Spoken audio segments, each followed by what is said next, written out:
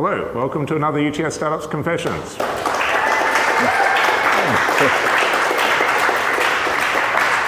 And especially welcome to yourself, Sam, because let me word this carefully. I've never been more excited for a confession than I am for this.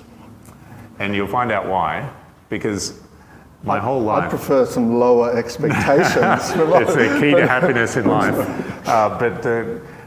My whole life I've kind of meandered along thinking, okay, companies are companies and there's social enterprises and not-for-profits, and that's a little bit more complicated. And my whole life I've not been aware of this parallel path in Australian law and UK law and a whole bunch of other places around co-ops. And I think a lot of people here might feel the same, and people watching might feel the same about what a co-op actually is in Australian law as an entirely parallel system, and the opportunities that presents and the wonderful kind of things you can do inside that structure. So welcome.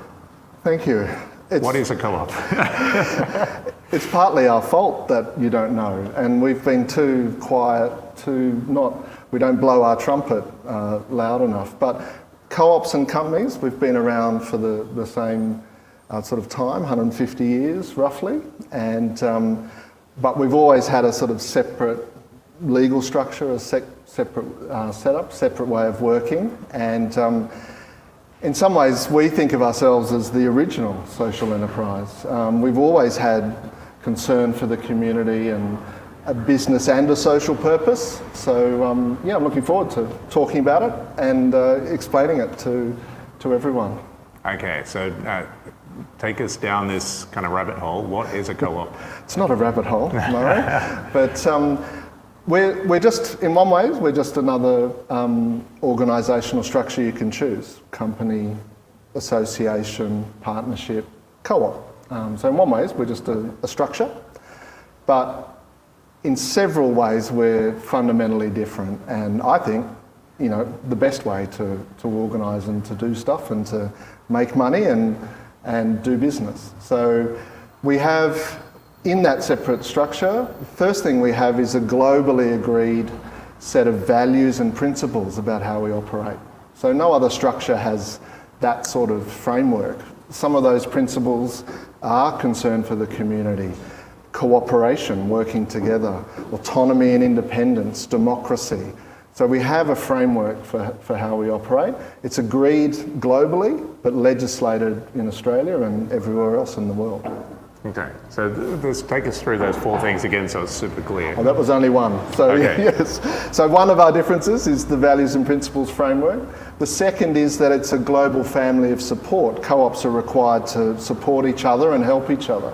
And that's live. And my role is often to facilitate that. So if you're running a business that's a co-op and you've got a business problem, there's bound to be another co-op that's solved it, and I'll find them for you and they'll help you to solve it. So it's a supportive business community and organisational community, not a fundamentally competitive one. So for example, if I wanted to set up a adjacent co-op doing exactly the same thing and trying to undercut that other co-op, how would that work out for me?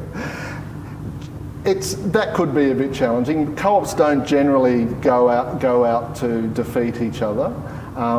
But it does sometimes happen, and they have to play in the economy and work, and they have to be just as well governed and managed as any other entity.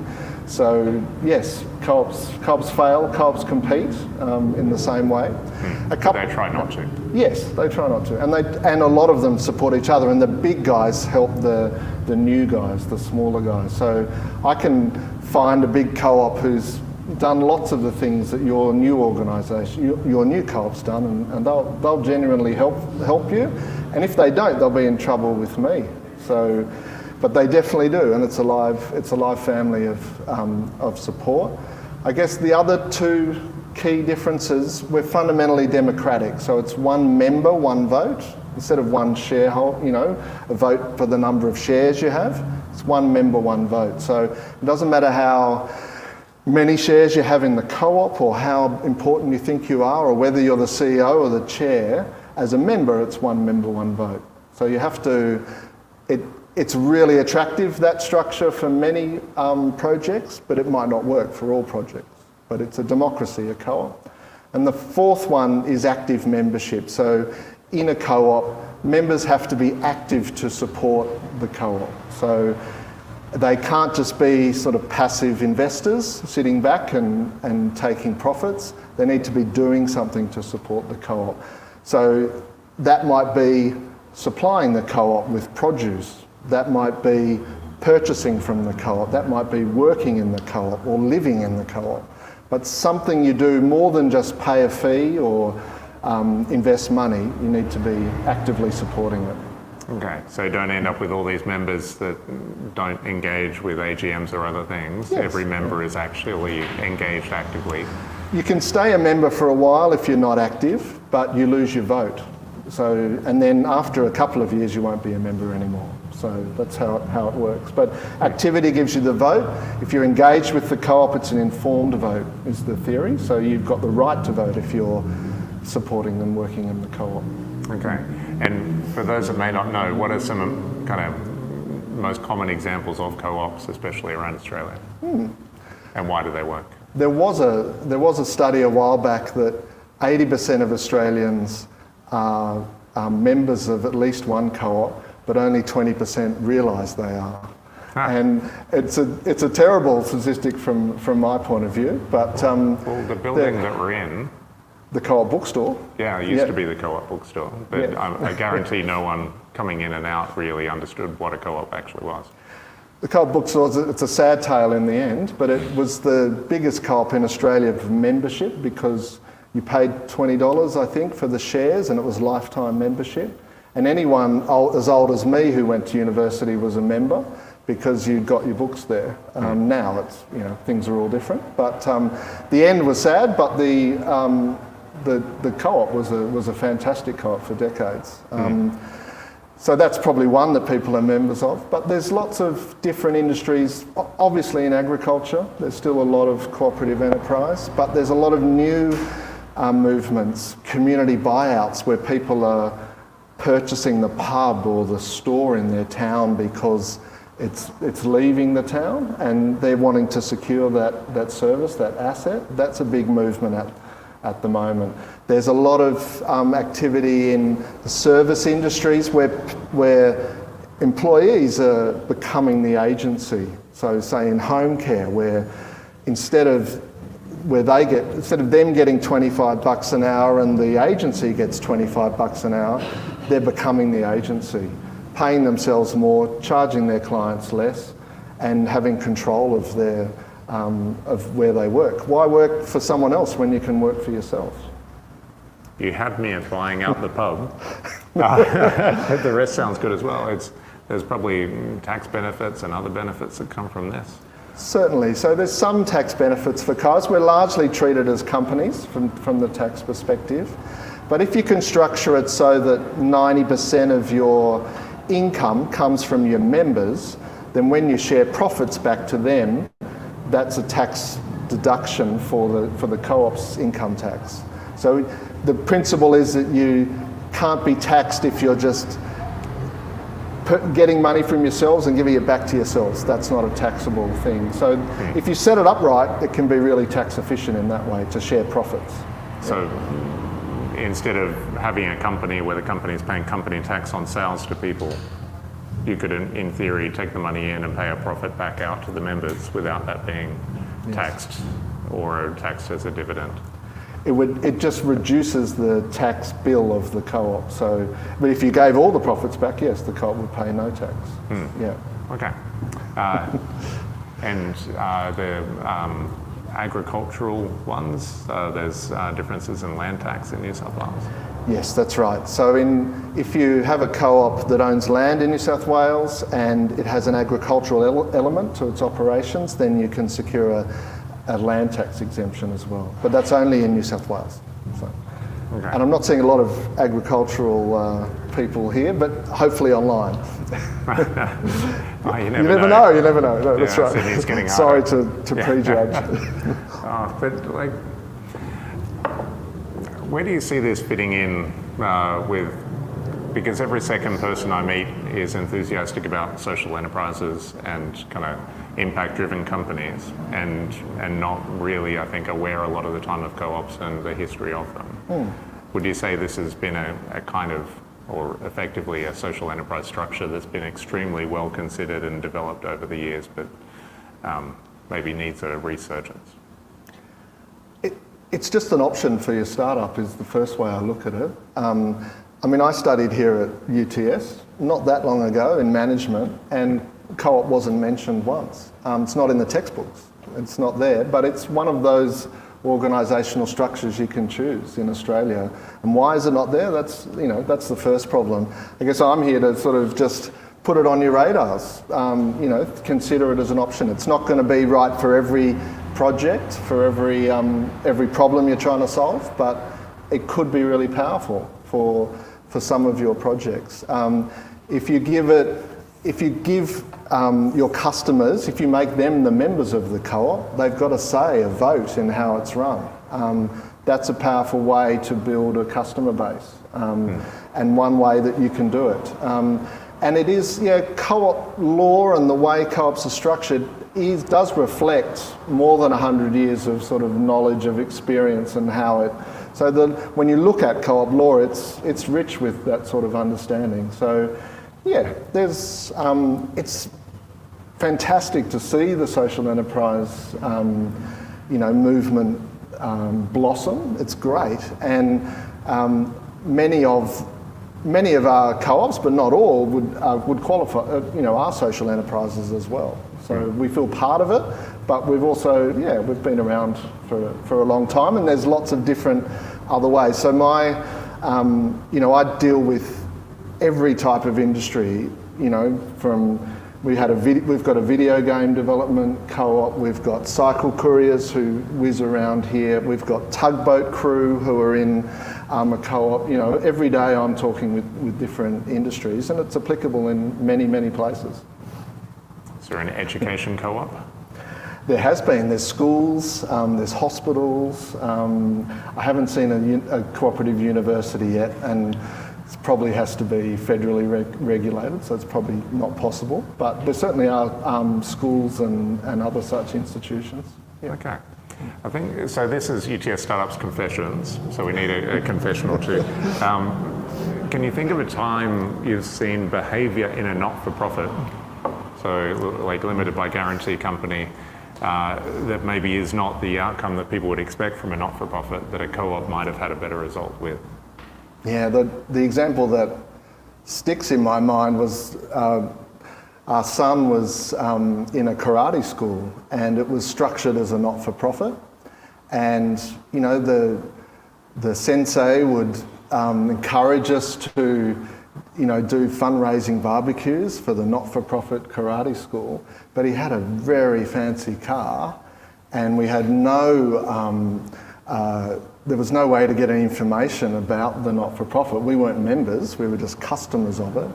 And we worked out in the year that, so it's a not-for-profit, and we're paying fees as well as doing fundraisers for it, but obviously the profits were going to his salary, and there was just no transparency. And I guess that's what in a co-op structure, co-op members, equivalent to company shareholders, have much more power, much more say. There's much more transparency written into co-op law than there is in company law. And then if you're not happy with the decisions being made, you kick the board out. You take control. You change the co-op. So members have theoretically a lot of power. They need to organise, and it's a democracy, so they need to campaign with each other sometimes. But the powers are stronger there in the co-op, and members own and control a co-op in the end. So if you structure your co-op as your customers as the members, you are giving ownership and control of your enterprise to those people, and so you have to think of it like that. It's nice. Like you look at the income distribution of not-for-profits in ACNC data. So ACNC is open data. You can see a lot of information around where money is coming from, blah blah blah. But there's a massive number of under $1 million turnover not-for-profits that don't have to disclose anything, really. That doesn't seem like a great structure when it's the majority of those kind of companies in Australia, the vast majority. And zero effective accountability for implementation of their constitution, members that are kind of set up by whoever set up the company and whoever they kind of want to build something around. It's nice, like if I hear something is a co-op, at least that gives me a little more confidence in what they're doing.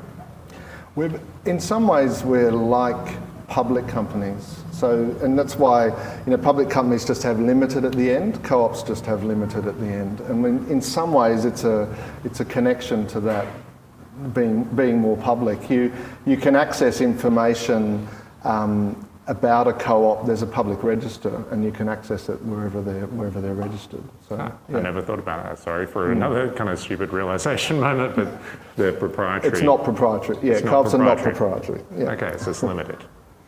Okay.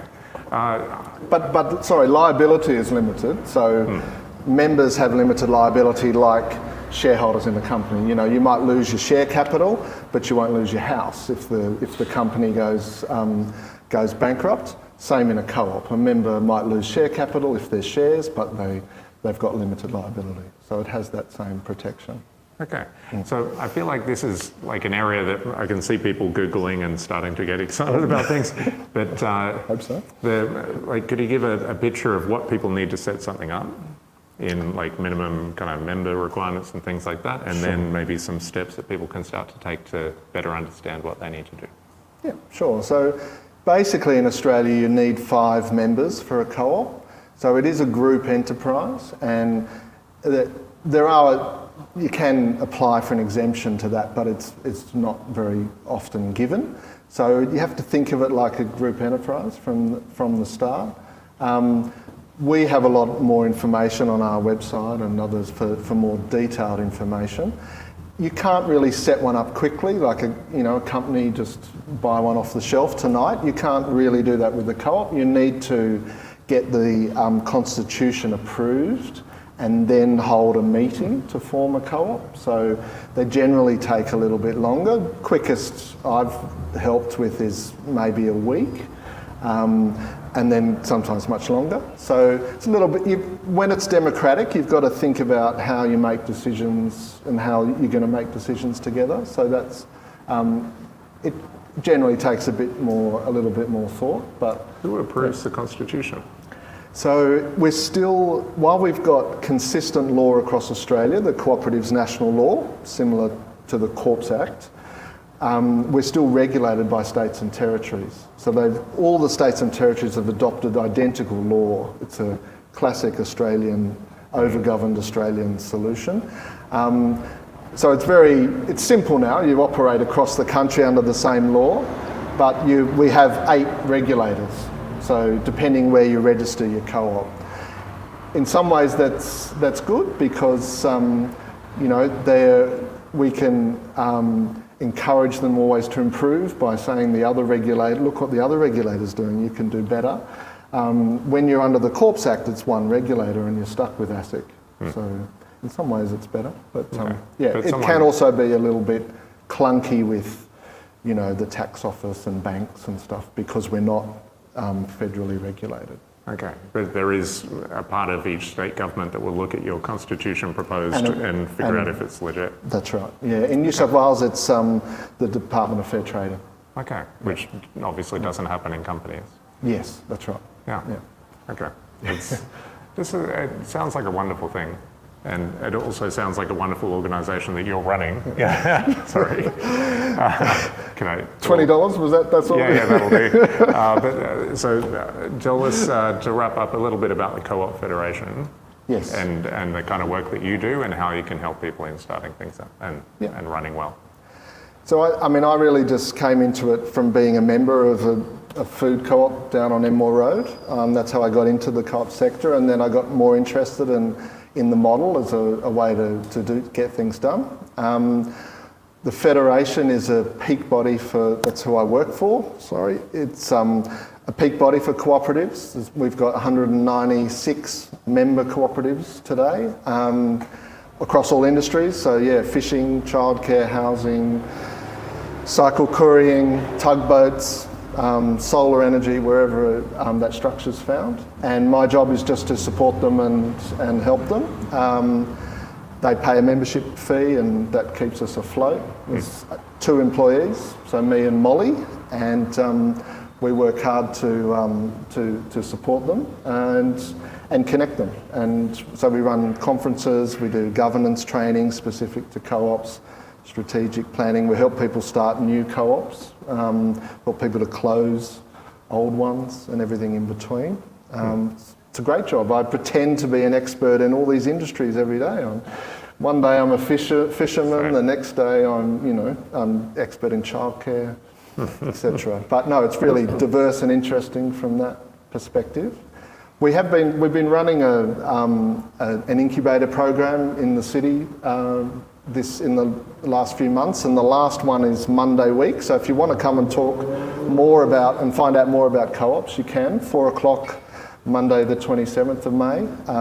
Details on our website, but that's a place to find out more, but also have a look at our website or just reach out to me. Yeah.